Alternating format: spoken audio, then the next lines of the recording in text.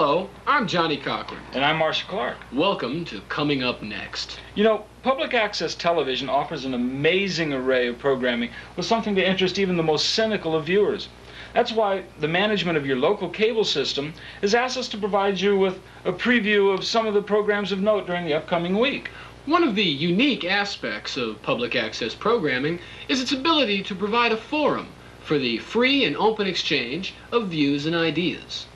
And this station recognizes its duty to programming for the mind as well as for the soul. One such show, Music is Inspirational, is featured on our show this week. This week's special guest speaker will be the Vicar of Council Bluffs, Father Seamus Steinberg III. Let's go to the clip.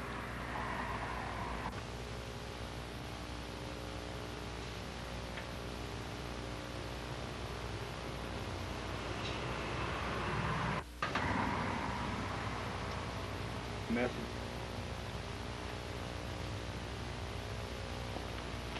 Good evening, children. Thanks for joining me.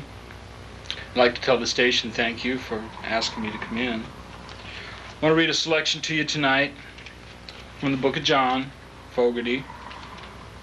Now, usually I bring uplifting messages, messages of joy and peace, things to lift your soul and make you feel a little better about yourself, but some of you lately have been feeling a little too good, and I think we can let things get a little out of hand, and maybe it's time for a sermon to let you know we got to come back to earth a little bit, folks.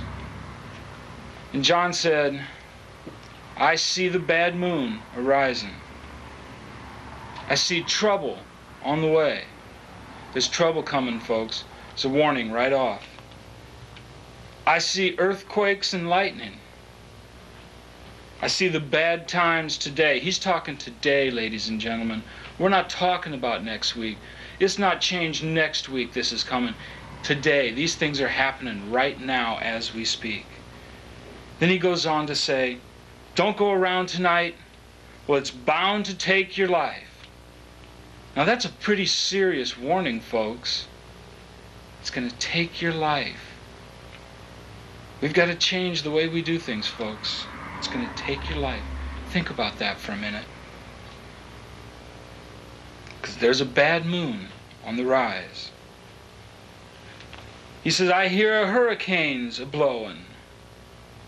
I know the end is coming soon. Another warning. I fear rivers overflowing. I hear the voice of rage and ruin. Everywhere you turn today, there's talk shows screaming at you. You hear the voice of rage and ruin everywhere.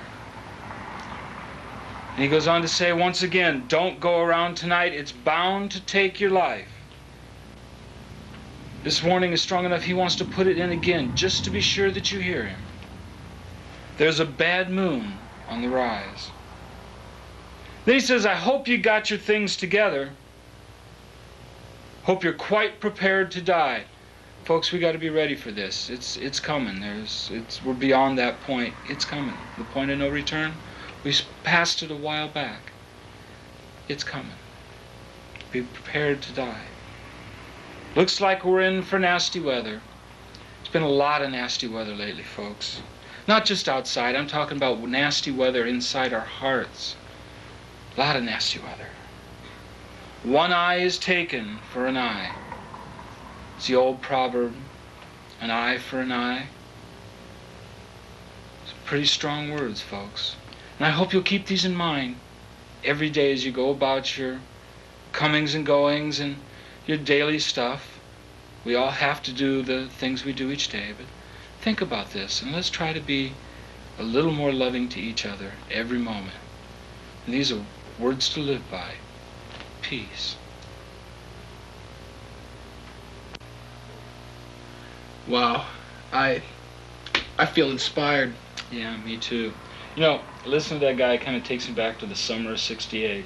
It's true. One thing that may surprise you is the number of game shows on public access today. We here at your local cable system feel that we have some of the very best games of chance and skill that are on the air. So tonight we're going to begin a weekly, or whenever we need to kill some time, feature called Game Show Corner. And tonight's game show is a show called Name That Crime, where contestants answer some very pointed questions about crime.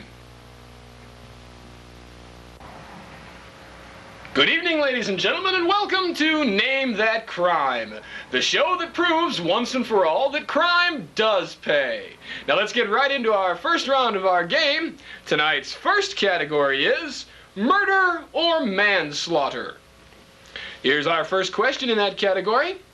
If you catch your wife in a local bar with a large, hairy stockyard worker who punches you when you try to take her home, and you blast him with your brand new vent-cooled Smith & Wesson 357 Magnum, sending bits of the back of his head flying across the bar wall, would you be convicted of murder or manslaughter? Is it murder?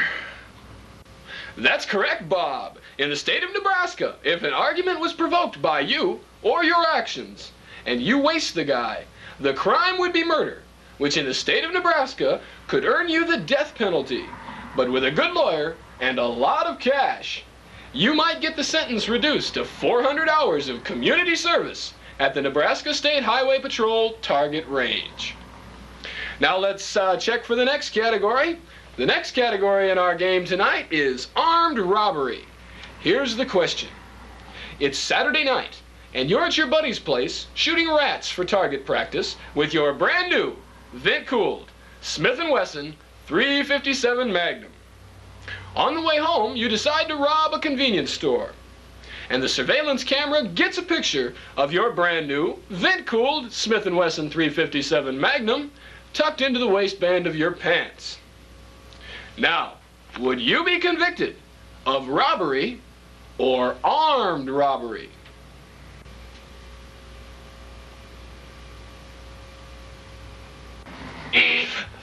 That would be armed robbery. That's right again, Bob. In the state of Nebraska, if a weapon is carried, even if not brandished, you'll be doing time for armed robbery. Unless you're a slick lawyer and a good portion of your robbery loot can get the charges reduced to creating a public nuisance. At this point in the game, Bob is leading with 2 correct answers, and Ralph has yet to successfully ring in. Gotta be quick on that buzzer there, Ralphie boy. Now let's get back to our next category in the game. The next category is battery. Here's your question. You're at a Royals game and you've had a few too many beers. While standing on line to the men's room, somebody steps on your brand new Air Jordans, and you slam his head repeatedly into the concrete wall. Could you be convicted of battery or assault? Well, I think that would be aggravated assault. Ooh, we'll have to consult the judges on that. And by the way, with 53 major felony counts between them, our judges really know their crime. What do you say, judges?